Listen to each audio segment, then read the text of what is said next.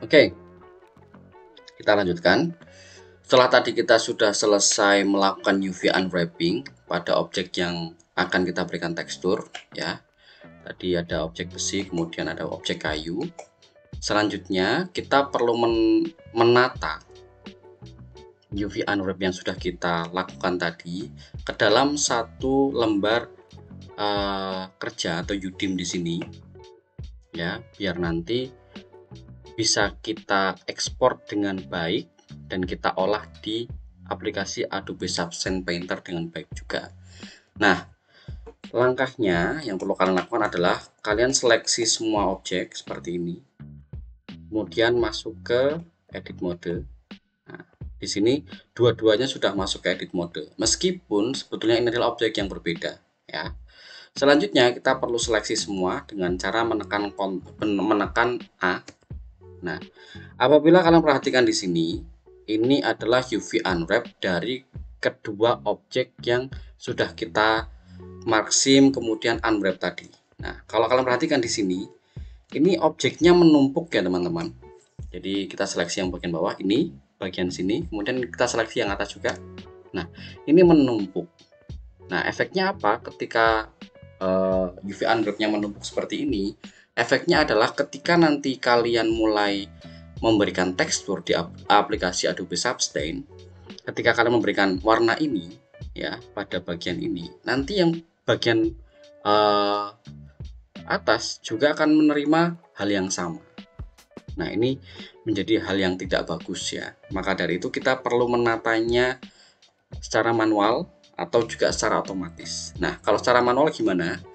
Secara manual berarti kalian hanya perlu menekan atau menyeleksi objek ini atau objek yang akan kita pindah, kemudian kita geser menggunakan shortcut G seperti ini, ya. Poinnya di sini adalah bagaimana caranya kalian menata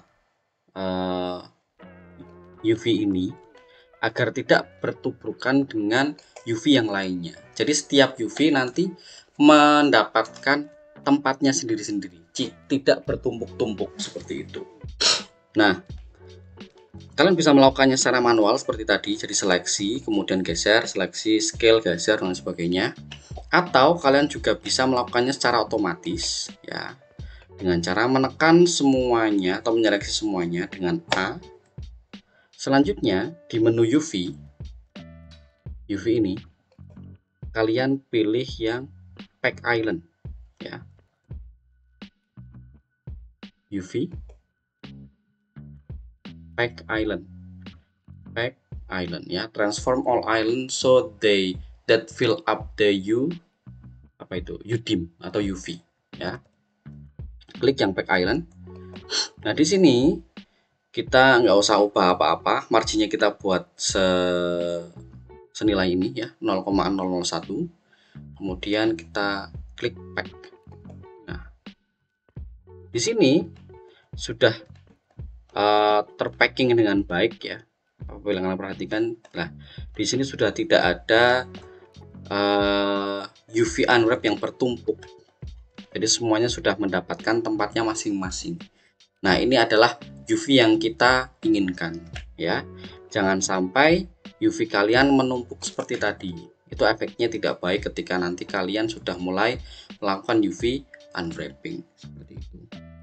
Nah, apabila kalian sudah menempatkan UV-nya di tempat yang terpisah, ya, selanjutnya kita tinggal mengekspor, ya, mengekspor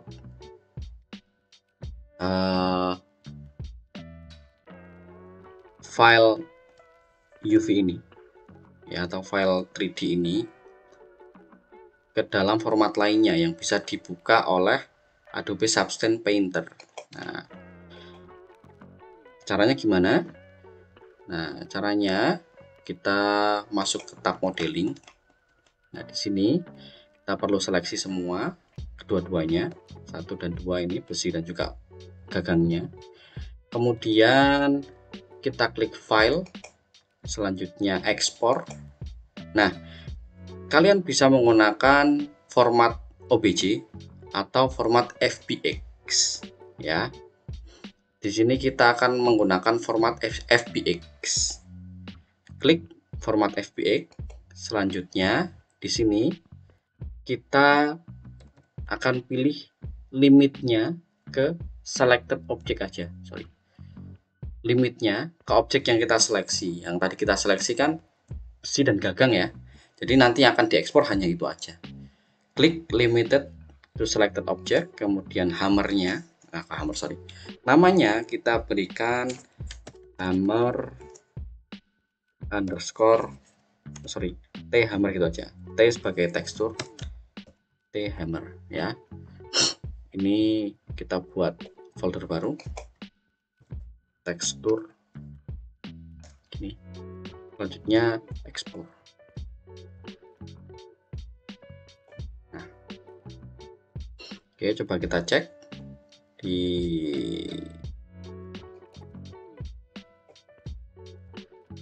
hammer ini tekstur. Nah, di sini sudah muncul ya, thammer.fbx. Nah, ini file ini yang nantinya akan kita ekspor ke Adobe Substance Painter. Oke, seperti itu.